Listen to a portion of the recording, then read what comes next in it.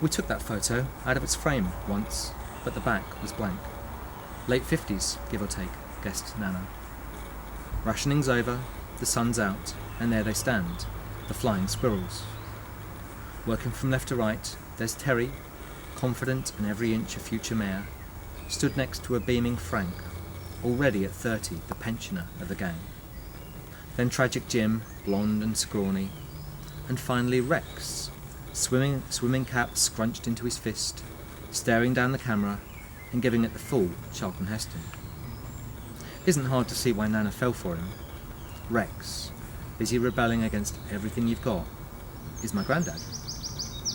Posing in front of the gentlemen's cubicles, hands awkwardly clasped around each other's waists, the lads are in the prime of their lives, princes of the pool. I ever tell you, Fee, that we could have turned professional? He'd told me that story a dozen times, maybe more. No, Grandad.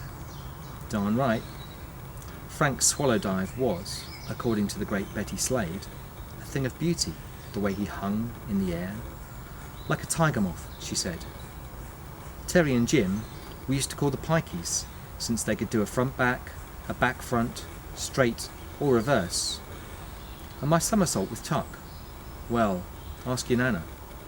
At that point, Nana always rolled her eyes.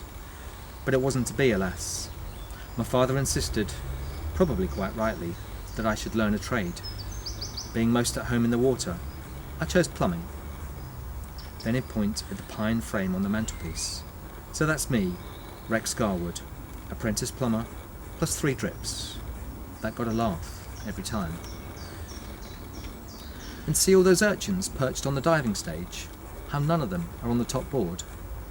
Don't know how it started, but they had to get the nod from one of us squirrels. Different times, Fee.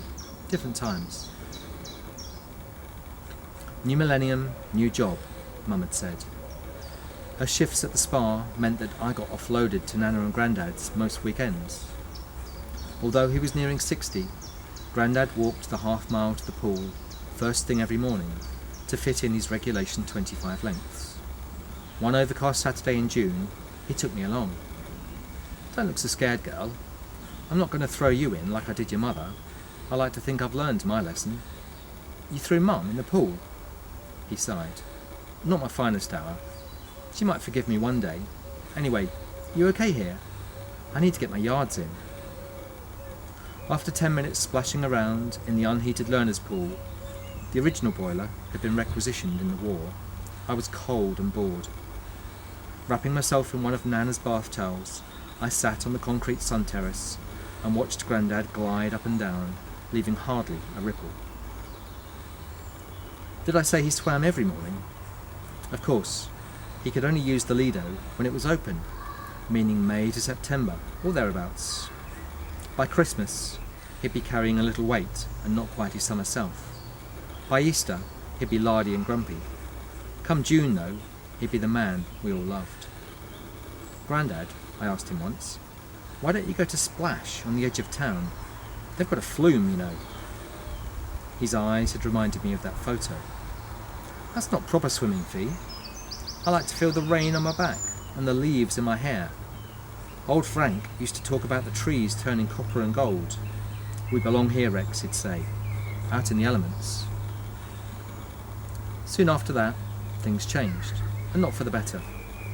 Nana was diagnosed, and Grandad retired to look after her.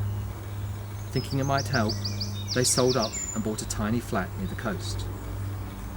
Nana had to point out that it might be not too clever for an old codger like Grandad to swim in the sea.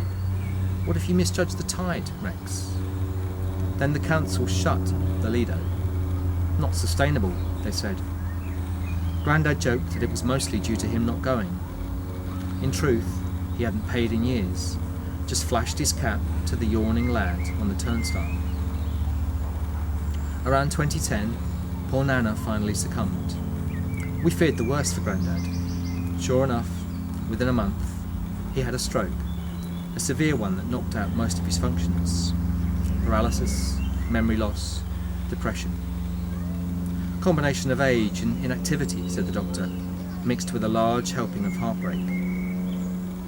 Mum managed to find a place for him in a newly built care home not far from ours, and, as it happened, within spitting distance of the dead lido, gates still bolted, while the council ummed and ahed.